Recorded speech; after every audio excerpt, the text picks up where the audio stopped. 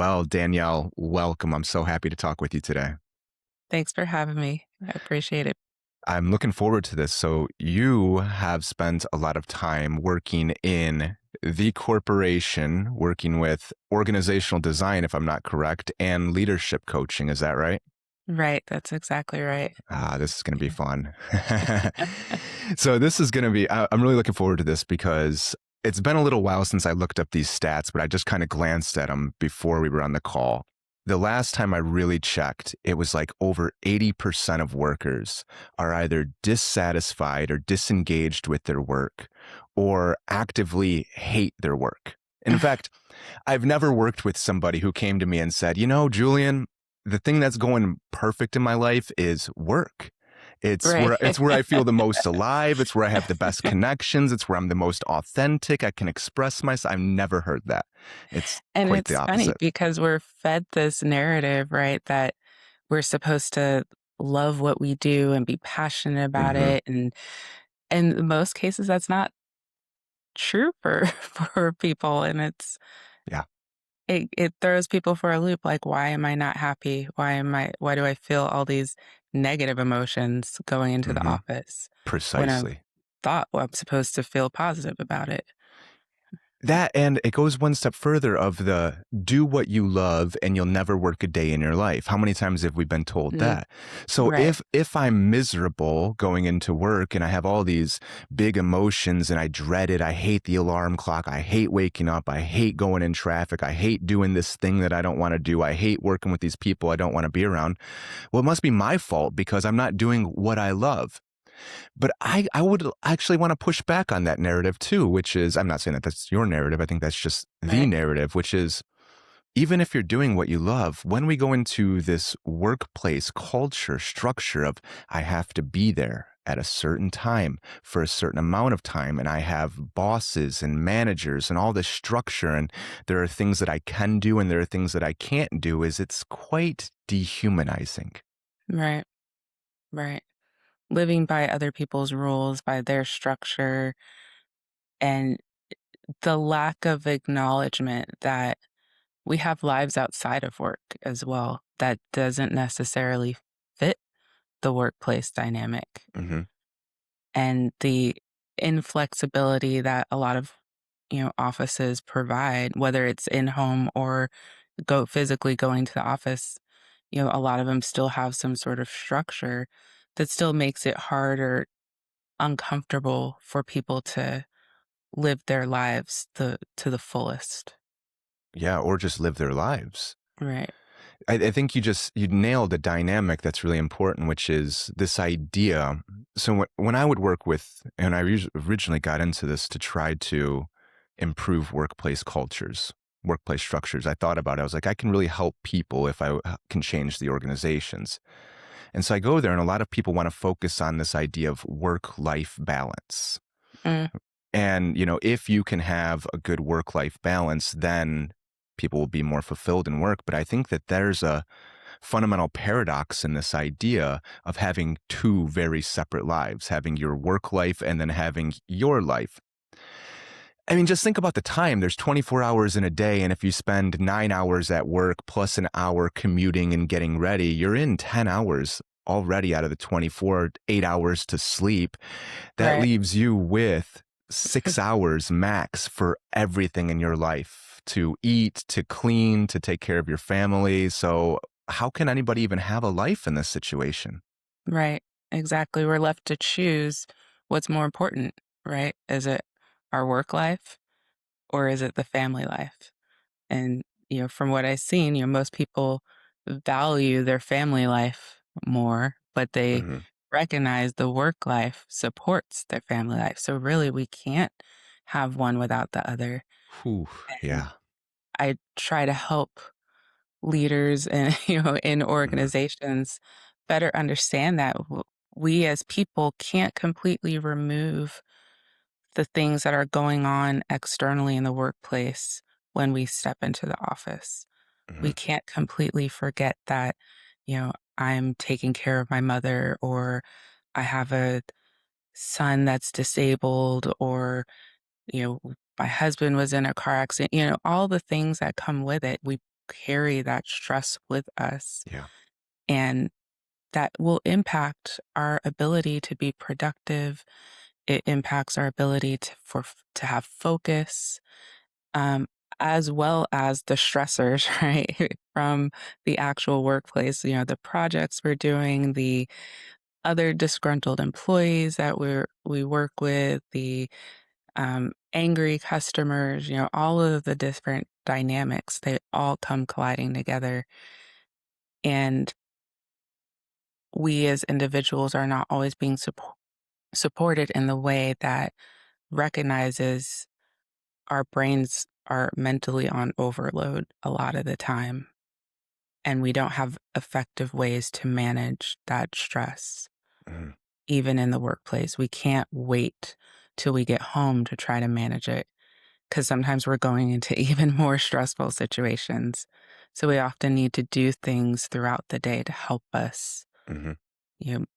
balance the work and balance our personal life. That to me is really what work-life balance is, Mhm. our emotional intelligence, our awareness of ourselves, and having, compassion and recognizing and being aware that, hey, there's other people in my space that might need, um, some grace as well. Yeah. This is really important, this idea of caring for people outside of work, because in terms of human history, the workplace is fairly new. Like, this is right around industrial revolutionary time where the workplace became a thing. Of course, there was before that, indentured servitude, and you would work on farms. And then before that, there were, you had serfdom and feudalism where people were still engaging in this type of indentured servitude.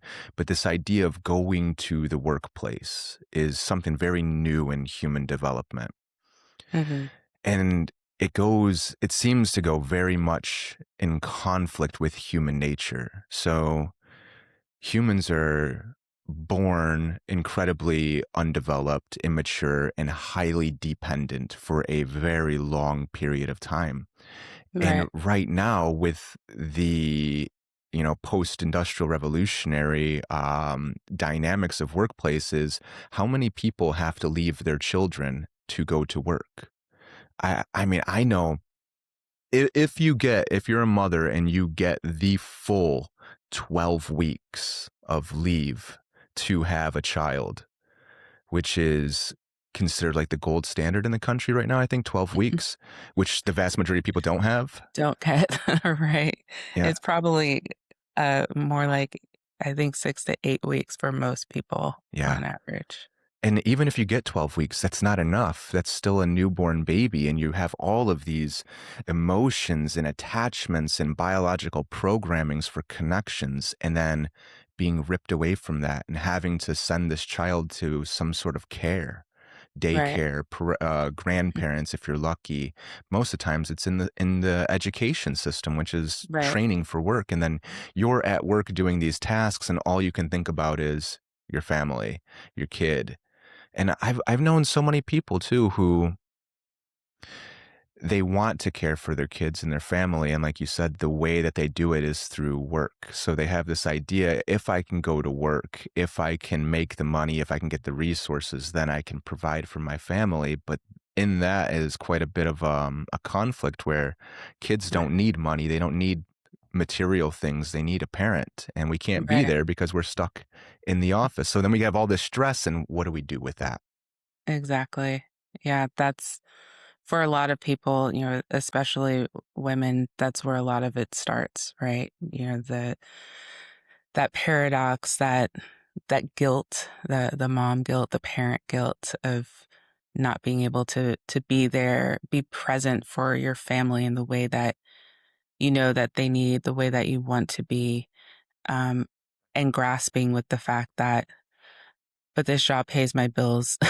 This job allows me to put food on the table.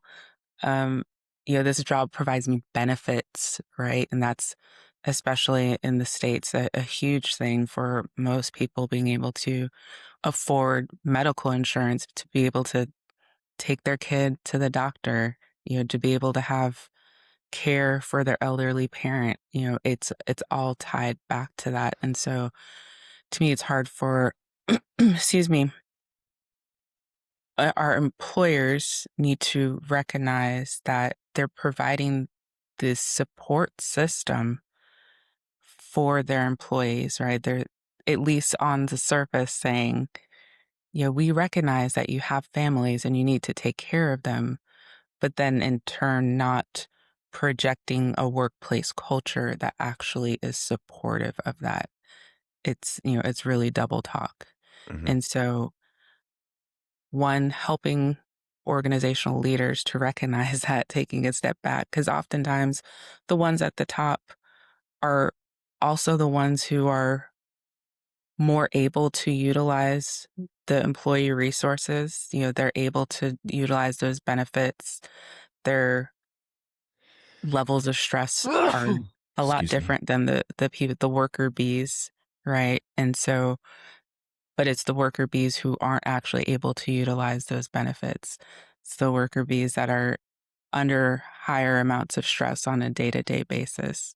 There was a recent Gallup poll that says 50% of the workplace is stressed out on a daily At basis, least. at least. And then it also goes into other emotions like, depression and anger, and that's global, not just in the US. So if we're carrying all these negative emotions, we have to recognize where that's coming from, and pushing pause to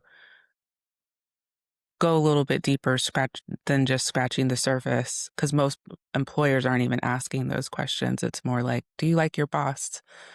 Yeah. you know Annual and 360 review of, yeah, are you satisfied? Did your boss do a good job? And we're never going to read right, this anyway. right, right. And Yeah. the very few that do, they don't know what to do with it, and they're, like I said, not going deeper to ask the right questions. They're afraid to ask the right questions. Yeah. um, but it does have more to do with their family dynamics, how they're not supported in the workplace to balance a lot of that stress that is coming from work and that they're often bringing home. Some people are even doing work outside of the workplace, staying up late at night, working on projects, and still disengaged from their family. Yeah. It's You know, consuming. right. There's this movie called The Waking Life. Have you ever seen it? I don't think so. It's an incredible movie. And in one of the scenes, it's a dialogue between two people, and the guy's talking about work, and he says, "You ever have a job that you just hate, you try really hard at, and you still get crapped on from everybody, and you do the long hard day at work, and then you go home and you finally get to relax and get in bed, and you close your eyes." Only to wake up and realize the whole day had been a dream, and now you have to go to work. And so it's bad enough that we go into work and we sell our lives for minimum wage, Right. but then they get our dreams for free. Right. And I see so much of that, and I've lived that too, which is the stress of work is so great. How you can't, there's no switch where you just turn it off. Right. Right. Is you go home and now you're thinking about that engagement you had with that manager, or you're thinking about this relational thing that's happening, the office hierarchy, the politics that are going on, the stresses, the deadlines, we fired this person or they quit, and now I need you to take on all of their tasks, and just keeps building up. And what do we do with that? I mean, Right. and I agree that we have to really work with the organizations and start taking these things into consideration. But you tell me what you think on this. From what I've seen, it almost seems, now don't get me wrong, there's a great deal of it just being patterns that people get stuck into, and they fall into these deeply entrenched ways of doing things and these structures of Mhm. how they operate. But it almost seems intentional.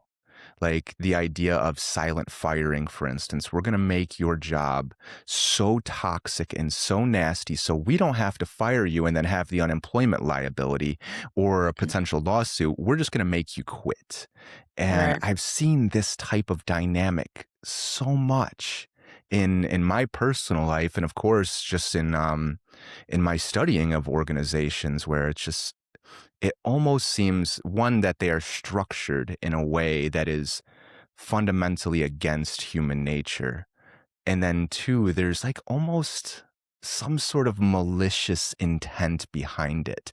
Because no matter how much we have these conversations with the people in those organizations, is they don't seem to make any change. The bottom line Mhm. is always profits. And Yeah. unfortunately, human dynamics and health and functioning, which would lead to higher productivity and more creativity, ironically, but those things are never even on the table. Yeah.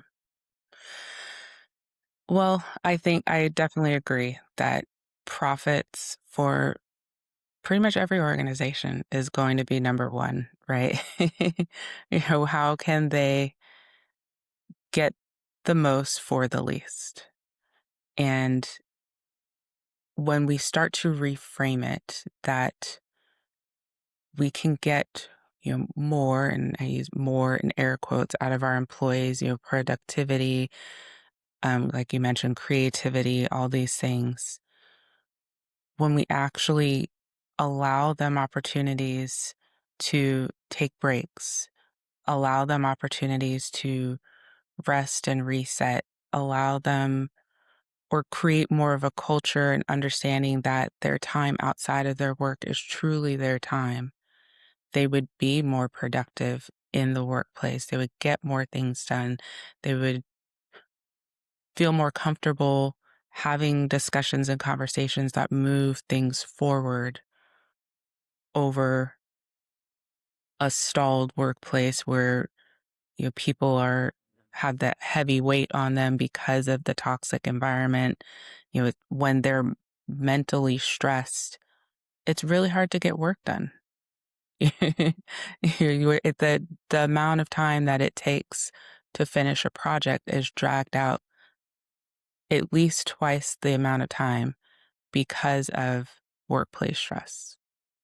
And so once organizations start to see the numbers and see how much of a benefit it can be to, you know, allow employees to push pause for a few minutes throughout the day, allow them some stress relieving activities, provide them some resources, actual tangible resources to breathe, take mental breaks, even resources and things that they can do at home to, like you mentioned, relieve some of that stress so they're not eating, sleeping, breathing work every day, going to bed, dreaming about it, stressing about it, losing sleep. And then they're waking up tired and lethargic and not coming to work fully energized. They have brain fog and just in this constant cycle. And so when we actually start to see the benefits and see what that reset looks like, it allows for that organizational shift to happen. Yeah. Yeah, yeah, yeah. It's really good to take all these things into consideration, of course. I always wondered about, can the organization shift by practices like this, which, yeah, we can get into here in just a second. Um, I wonder, it seems like some of these structures, are you familiar with the various, like Frederick Laloux's Reinventing Organizations, the research he does on like the different styles and structures of like the tiers of consciousness, essentially, Yeah. of an organization, the authoritative, the achievement, he did a lot of work on this. Ken Wilber's work was really good too, in like the different segments of consciousness.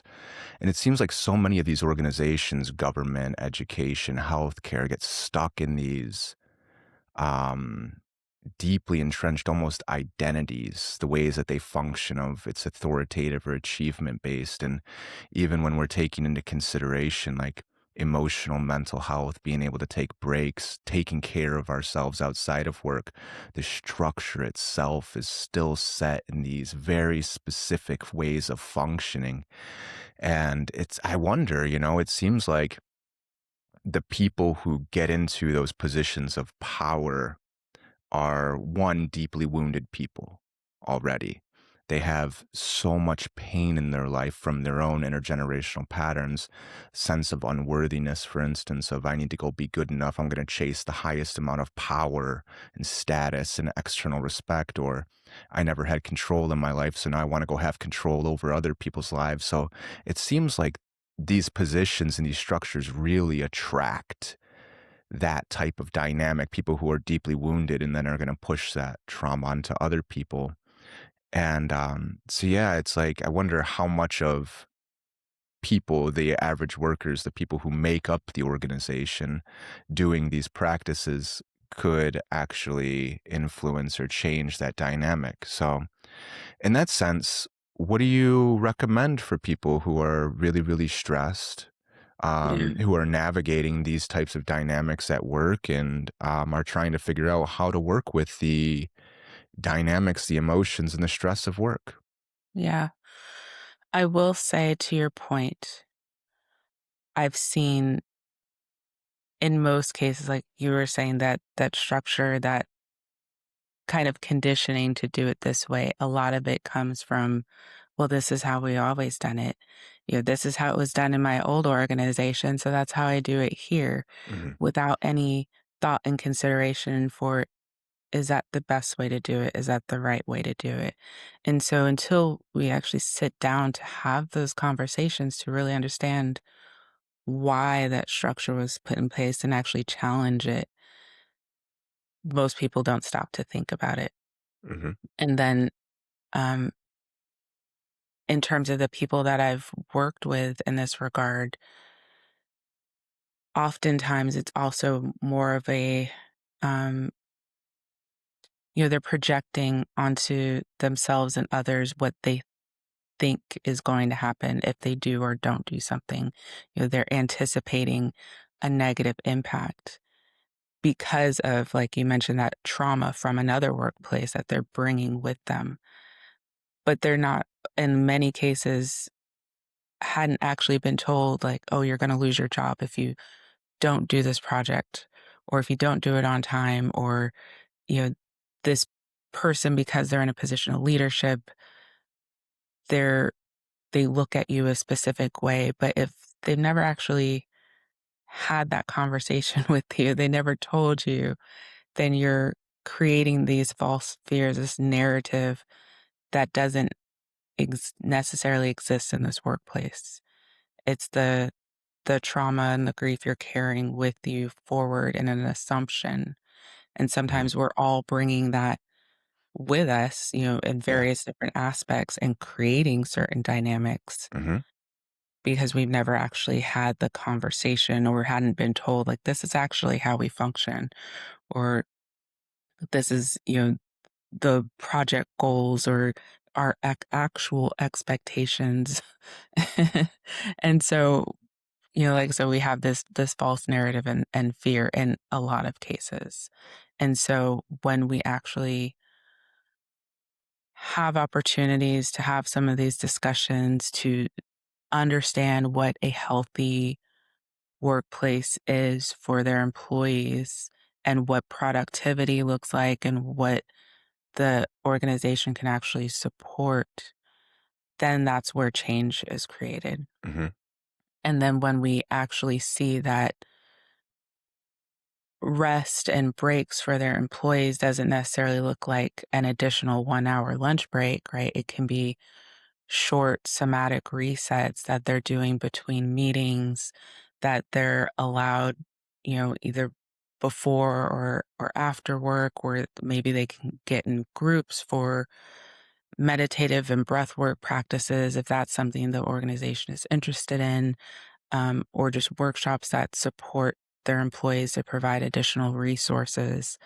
But in most cases, it's short resets where they can do some breath work, some meditation, and that just body awareness, how they're feeling, what's their stress levels, where are they physically carrying it, and offering opportunities to release that, showing them, giving them tools on how they can release it so that it's not building and compiling throughout the day, throughout the weeks and months, causing us to have health issues, high blood pressure, heart disease, anxiety, all the things that come with it, um, because we're not afforded opportunities to really take care of ourselves because of the amount of work or things going on in our lives and our personal lives. So it adds some additional balance and puts the the care, allows us as individuals to self-manage our care and how we feel in the workplace and have a better understanding of how we feel in the workplace. Mhm. Yes. This idea of the lens that we look at things through, the perceptions that we have, is usually based on some sort of previous trauma that we've had where we become constricted down to that trauma and we see it Right. everywhere. And so having conversations and discussing, why are we doing things the way that we do it and how can we do it better? And am I perceiving things accurately? Is there another way that I could look at things? These are really important. Yeah, Yeah. I've worked in numerous organizations where this was the goal, where they brought somebody like me in to try to enact these changes. And what I always found was they didn't actually want to make the changes. They just wanted to convince people that they were making changes without actually doing that. And so they wanted to bring somebody like me in to be almost like a Mm. con man who was going to convince people that things were better when nothing really changed because questioning those dynamics that you mentioned and really looking at why are we doing this way, or when we have toxic leadership who are really authoritative and um, really controlling in lots of ways and projecting all of those same patterns onto other people. They don't want to look at it. They don't even want to have those conversations. They got to these positions of power so they don't have to look at those things because now I always get to be right. I can't be wrong, and if you're going to talk about that, that means that I might be wrong. So it just seemed like, it was so difficult to do that. But what I really found, and where I work with people now, is on the individual level, which seems to be what you're really talking about. Is how can Yeah. individuals take care of themselves while navigating these traumatic structures that are built on trauma, on top Right. of traumas. So it's just this continuing pattern. And how can individuals take care of themselves through all of this stuff? Yeah, the workplace can give us time to do some check-ins with ourselves, to check in with our emotions, time to step away, time to breathe and try to soothe our emotions in lots of ways. That's fantastic. But we as individuals are also responsible for doing that on our own. The Right. structure, the system can say, here, you got 15 minutes extra every, 2 hours to go do this thing. But when I work with people, we build those practices right away. And then honestly, the result is the majority of the time is they start setting boundaries with work pretty quickly. And Hmm. I've seen a lot of people actually start to leave the workplace in a relatively short amount of time because, I mean, that was their goal from the beginning. It's not like I told them to.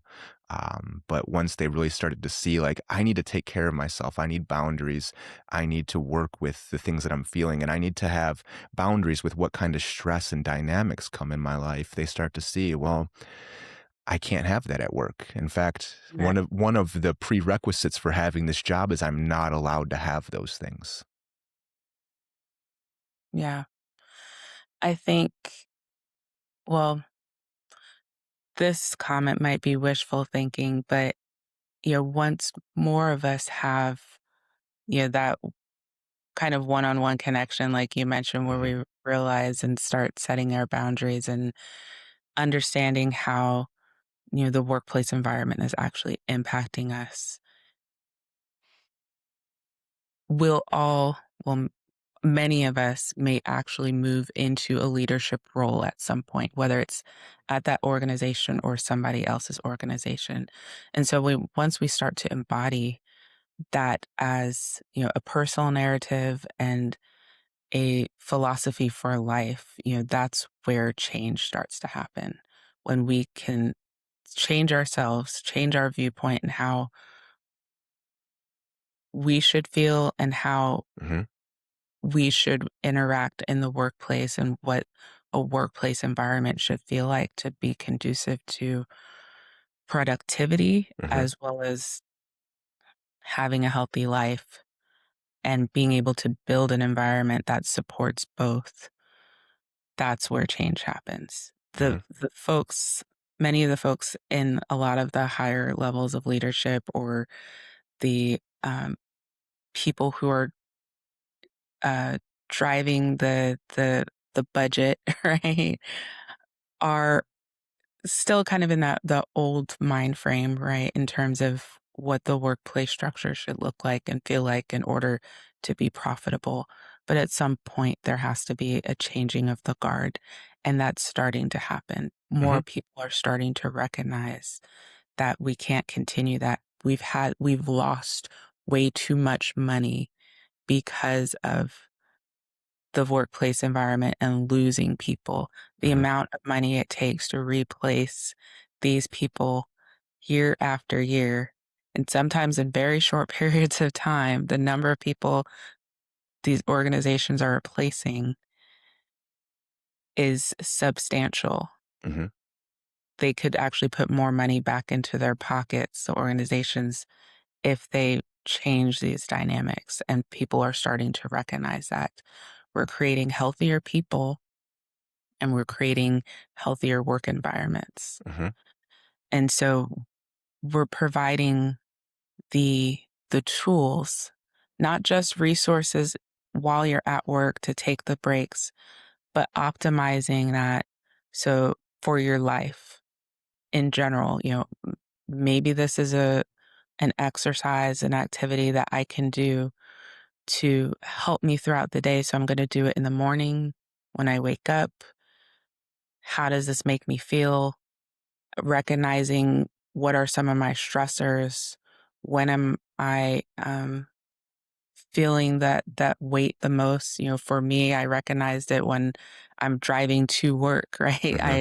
I I live in Houston, Texas. I hate traffic, I hate driving, and that was really stressful for me. So Hmm. going to either to and from work or just anywhere where I have to get on the highway, Yeah. having these exercises help reduce a lot of my stress and anxiety. Especially I was in a car accident back in December, and I noticed that after the accident, my blood pressure spiked. I had Hmm. kind of a trauma response, and I Yeah. was struggling managing my blood pressure. And through these practices, Hmm. it helped me to regulate, recover from that accident and bring my blood pressure back down. And so when people start to see that all around life benefit, you can start to build it and incorporate it in various aspects of their lives. Yeah. When we start to build these practices, we're turning our attention into our inner world. So we're paying attention to, what am I feeling right now? What am I thinking about what's happening? And how is my body responding to it?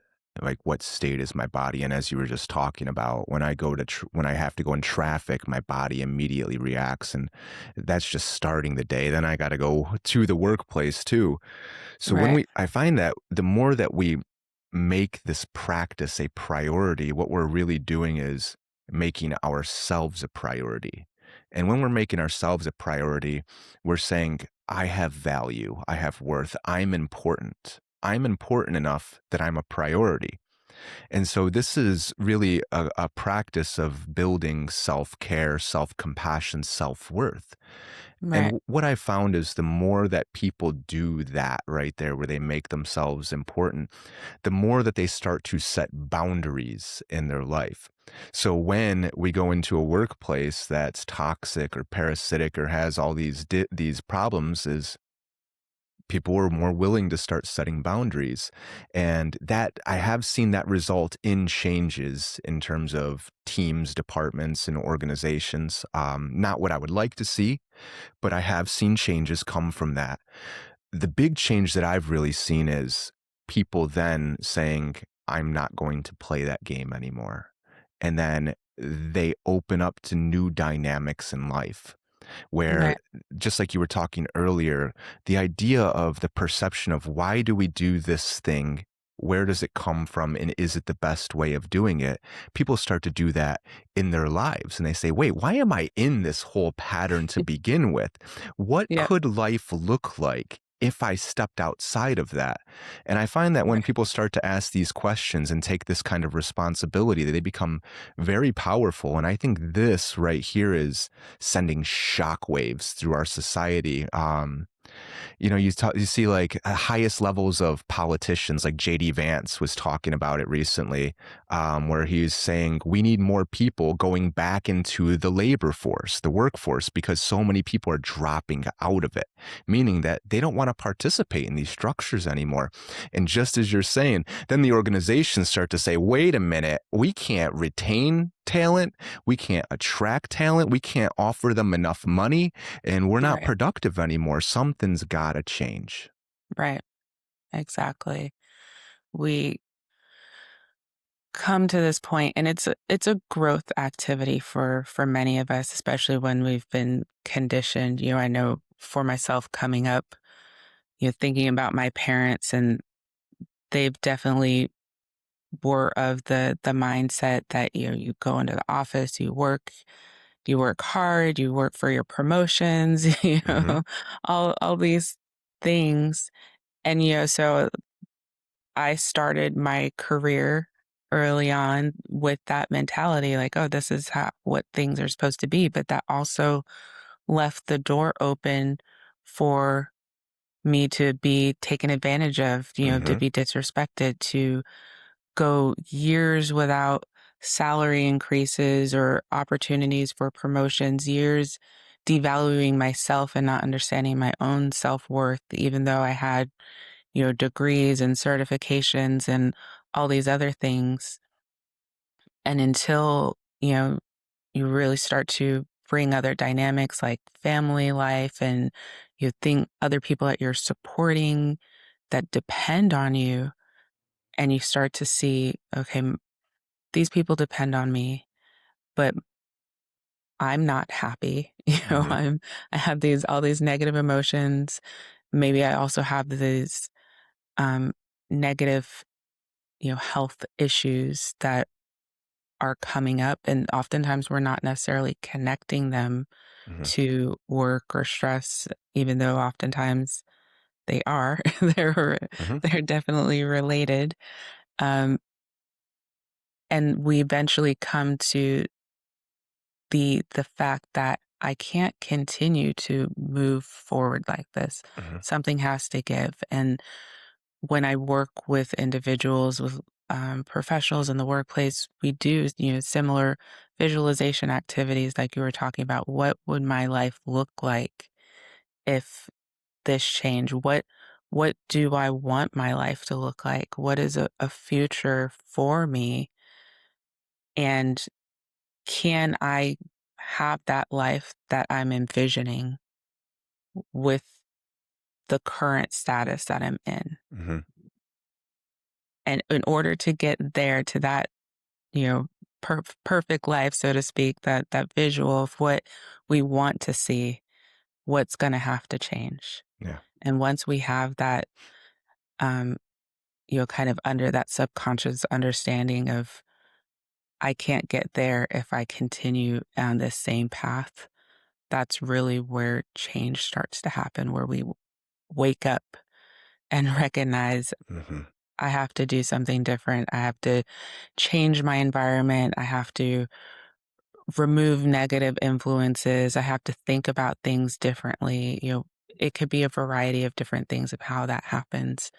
Um, and, I kind of sit with the organizations to visualize and restructure together what that future looks like for the organization, how we can make that change. Yeah. Yeah. People get to that. Some people might even call it like a breaking point where they just say, enough's enough. I got to change. And Yeah. we talk about, I hear a lot of people use the same phrase that you're using, negative emotions. Hmm. And I come at it from a slightly different approach, which is the emotions, they're not negative or positive. They're messages, they're signals. And they might be difficult, they might be challenging, they might be painful, but there's a lesson, there's a message that comes with it. And Right. so if we're feeling these emotions that we might consider negative, anger, fear, pain, or we might call it depression, where we have all these emotions, we don't know what to do with it, so we bottle it up and suppress it and then try to put a mask over it. Oh no, I'm good. Good morning, I'm happy to be here, when I'm really miserable and I don't want to be here. Right. All of these are telling us something. And if we can listen to those and really start to be back in tune with the things that we're feeling, all of these are telling us this is bad news over here, whatever it is. If it's Right. an engagement, if it's a relationship, if it's a process, a task, a thing that we're doing.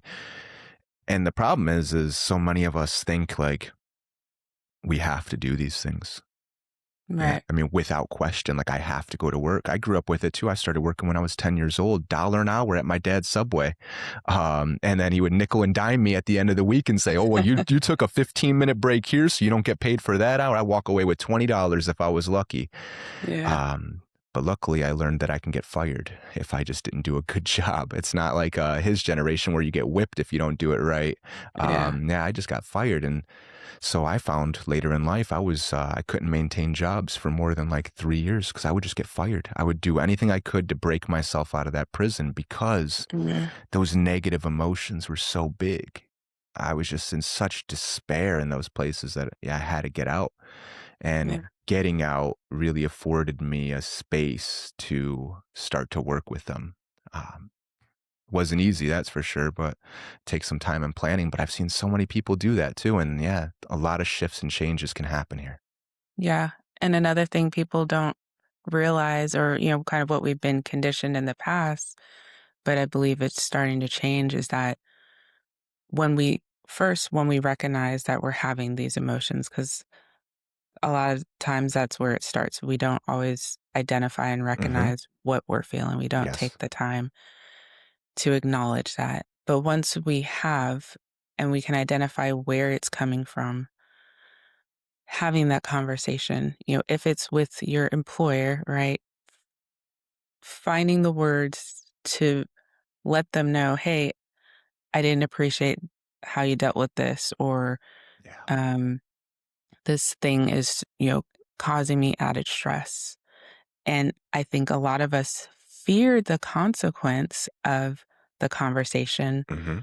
because we don't know what the outcome is going to be. We use the word consequence. That doesn't necessarily mean a negative, right? Hmm. There's positive and negative consequences, but we suppress the feeling, even once we identified it because we're afraid to have the conversation. Hmm. But until we actually start to have those conversations, bring it to people's attention, letting them know what's going on, change can't happen.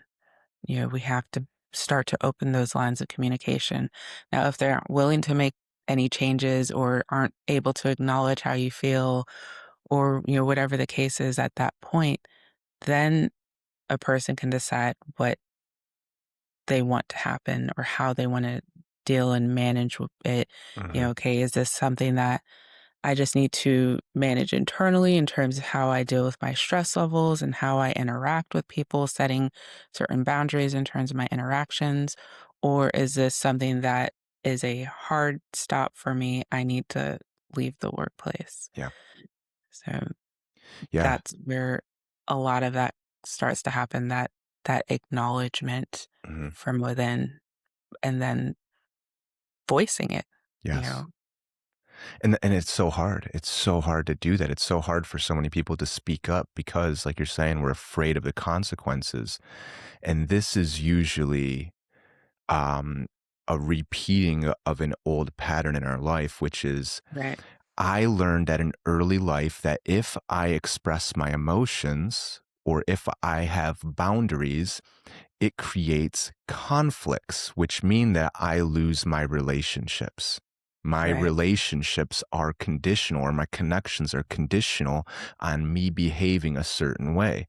And that is almost like the unspoken truth or rule of the workplace is you have this role where you have to play it like you're literally in a play or a theater of some sort. And having emotions is not usually acceptable, and having boundaries is absolutely not acceptable. That's like an unspoken view that a lot of people have. And so Right. when I start to express emotions and I say, hey, this thing that's happening here is really hurting me. It's making me upset, or it's scaring me, or I don't have the capacity to take this on. I can't do it. Usually people are afraid of the consequence of then I lose my connections, meaning I'll lose my benefits, I'll lose my pay, I'll lose my position, I won't get this promotion, so on and so forth. And that is really true for a lot of the times. Yeah. And then you have to look at the truth of the situation, as you just said, and make a choice. You're no Right. longer a victim anymore. You're not just at the whim of this. Now you have power, and you can Right. say, I can make the choice to continue down this path. I can keep doing this. I can just deal with it. I can suppress. I can manage whatever I need to do over here. Or no, that's my boundary and that's not going to be crossed. And if this place is going to habitually step on that boundary or cross it, then I'm going to make the choice to step away. Right. And yeah, that's really empowering for a lot of people. And it's so scary. It's so Yeah. difficult. It was so scary for me every time I had to go and tell somebody, hey, and not cool. I see what you're doing here and I don't like it. Yeah. Yeah, consequences. Yeah. But until we actually have the conversation, though, then we're just sitting in our own heads. We have Hmm. playing that own narrative, that assumption that if I do this, then this is going to happen. Precisely. But we don't know for sure. We're always Yes. going to be that what if. Hmm. You know? And in our heads, that's the trauma response that we learned at an early life. See, when we had that, if I express my emotions, I lose my connections. Well, this is super painful. How do you deal with that, especially at an early age? You can't make it stop. You can't get away from it. You go away mentally. Yeah. And so then here later in life, we're just in this mental world avoiding the actual experience of life. And here the Right. experience is, can I set boundaries? Can I express myself? Can I participate in life? Even if it's just starting off with having conversations at work. And if Right. I can do that, well, then a whole wide range of things open up to me. Right. Exactly. And kind of full circle for the conversation, going back to that, to me is where work life balance happens, being able to practice that communication and boundary setting in work and in life. Because if we struggle with it in the workplace, we likely struggle with it Hmm. in our personal lives as Yes. well. If we haven't been shown how to have healthy conversations, how to acknowledge how we feel, and not be afraid to share that without having some negative consequence associated with it, then we don't know how to apply it in our personal lives either. Yes. 100%. Most times it goes back so deeply in our lives. In fact, what I find most times is it's not just a pattern that's in our lives, is we learned it from somebody, most likely our parents, who Right. learned it from somebody, most likely their Yeah. parents. And so we have this pattern of this suppression and disconnect, and it shows the workplaces where it mostly shows up for a lot of us. But yeah, as you're saying, it's in our lives and it's our responsibility to really do something with that. Right. Yeah. Change happens one person at a time, right? Yeah, Joseph Campbell said, we don't set out to save the world, but to save ourselves. And Right. through saving ourselves, we change the world, or we save the world, because a vital person attracts vitality. Yeah. Exactly. This is the age old teaching right here, is you can't go out and change the world. You have to change yourself. But when you change yourself, the world changes naturally and inevitably. Exactly. Our positive energies that we give off, we share with others, it it definitely grows and intensifies. Mhm. So, Would you walk me through some of your practices, the exercises that maybe you do yourself or that you teach others? yeah, definitely. I mean, bare minimum, I encourage people to do what I call, a 90-second pause. Hmm. That's probably one of the shortest and quickest ways to really feel that reset, that energy replenish, especially when we feel depleted throughout the day, that mental fog. And so just remembering that somatic exercises involve the breath work, the meditation, and some movement. It doesn't have to be like running in place or anything. It can be short, small mobility based Mhm. movements. And so I typically start with the breath. So allowing you to close your eyes and take some deep inhales in through the nose and exhale out through the mouth. Doing a few of those. When you start to feel good, you start to feel the melting, if you will, the muscle tension relief as you're exhaling and inhaling, bringing awareness to your body, knowing where some of that tension is being carried and where you're releasing it. You might start to feel it in your neck and shoulders, maybe the temples, around your eyes or your jaw, and then also noticing where it's maybe not releasing quite as much. Once you're aware of those spaces, you can do some movement to that area, maybe some neck stretches, tilting your head to the left and right. Maybe it's some simple twist, turning your chest to the left and right as you inhale and exhale. Once you've done a few movements, identifying those specific areas of the body that feel good to you, just take a deep breath, sit with it, notice how you shifted, notice how you feel in that moment, letting it go, setting your intention for the rest of the day, how you're feeling, how you want to carry that energy forward. And then when you're ready, open your eyes and come back to the room. Yeah, that's lovely. In 90 seconds, you can take an inventory, so to speak, of your entire internal world. Exactly. Yeah, and that's so important. One of the questions I like to ask when we start to find those tension points of where the stress or the tension is in the body, and I find that there's specific hot spots where it usually is, like the jaw, throat, chest, or gut. And when we start to see that, we might be associating it with our work, the thing that the relationship that's happening there. But Mm-hmm. I like to ask, how long has it been there? When can you first remember feeling this? And almost always it goes back pretty early in life. So, as you were talking just a Yeah. moment ago, if we don't know how to set boundaries or have expression or communication in work, we probably don't know how to do it in life. And so Yeah. here we see that, yeah, this isn't just about work. It's about how we're navigating our lives and just paying attention to those tensions for just a few moments, 90 seconds. I find that it can relieve pretty quickly. Yeah, definitely. Like I was saying earlier, once you start to integrate the practice in your life, you start to notice, okay, in this moment, this 90 seconds, I felt that relief in my jaw. Hmm.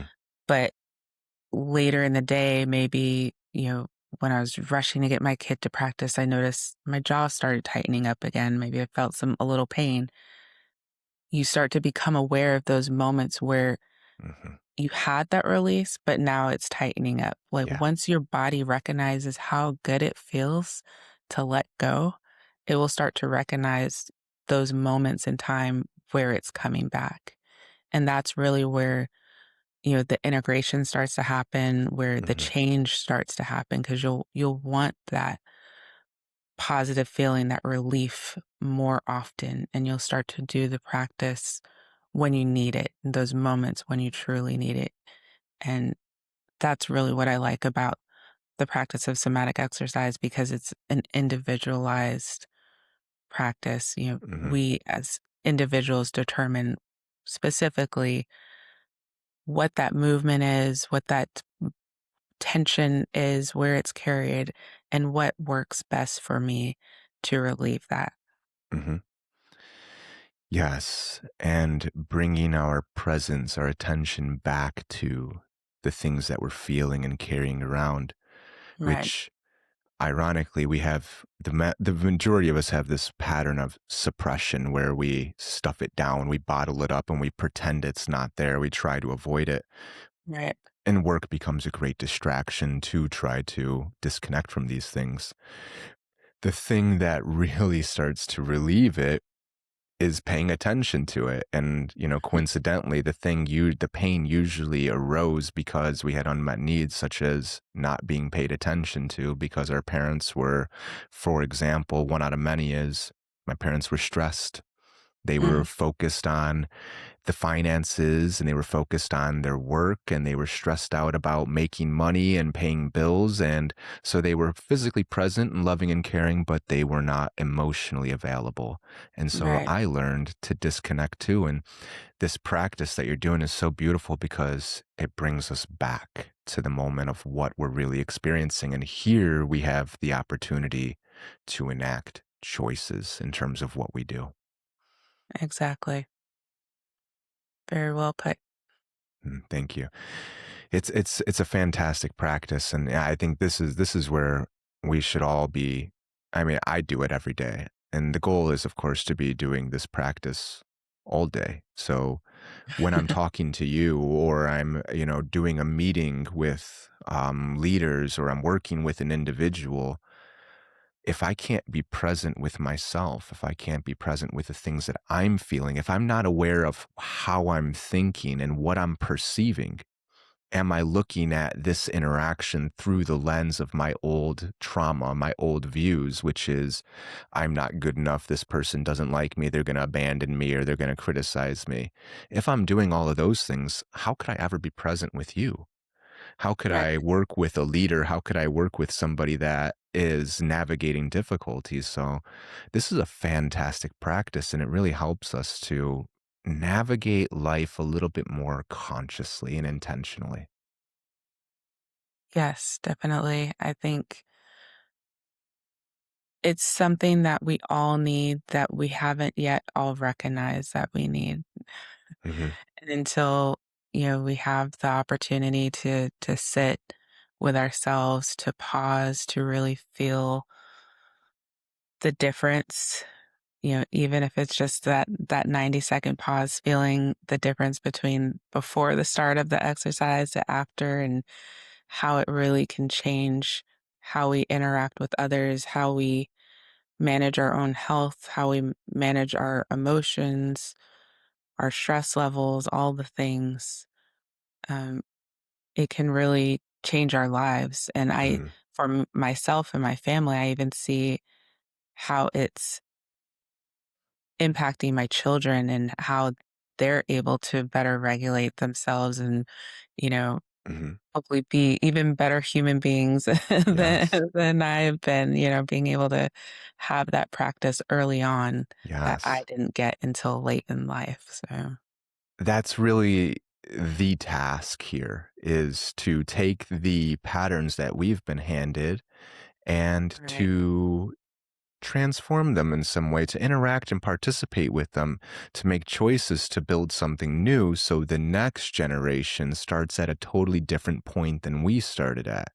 right, And I mean, our children, they just absorb things from us. They're literally downloading our nervous system through exactly. interaction. And if we can't be present or we avoid or suppress our emotions, they learn that exact same pattern too.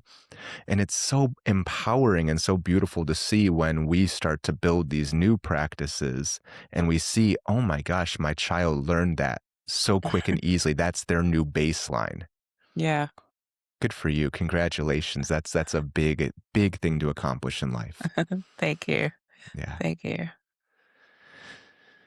So while we're here, tell me, where can I or anybody listening find more about what you do? Where can I find your book? Where can I find anything that you're putting out there that can help people to develop these practices, skills, and tools that we've been talking about? Yeah. So right now I am actively partnering with organizations, executive teams that might be struggling with, high level burnout with their employees, at turnover. And the best place to find me and the information resources that I provide on my website, drdaniellegriff.com. I also have books, Somatic Exercise Made Simple. It's a 3-book series. It's also available on my website as well as on Amazon, that can provide some easy, accessible tools for yourself or your team. Terrific. I will have all that linked in the show notes. And tell me, Danielle, is there anything that you would like to leave listeners with today? Any last words? I would say, at minimum, when you're feeling that stress, that overwhelm, if you don't know how to manage it, maybe you don't know the source of it, just remember to come back to your breath. Take a few moments, pause, breathe in and out. You don't have to be a breathwork expert. Just remember to breathe. Oftentimes we hold on to our emotions, we hold on to those feelings because we're holding our breath. But when we exhale, we release a lot. We reset our hormones, we lower our blood pressure, our cortisol levels, and we can connect with our bodies and our mental state. And so if you do anything, just remember to breathe. Thank you. Very well said. Danielle, it's been lovely chatting with you. Thank you so much for connecting and sharing this message. Thanks again for having me. Appreciate it.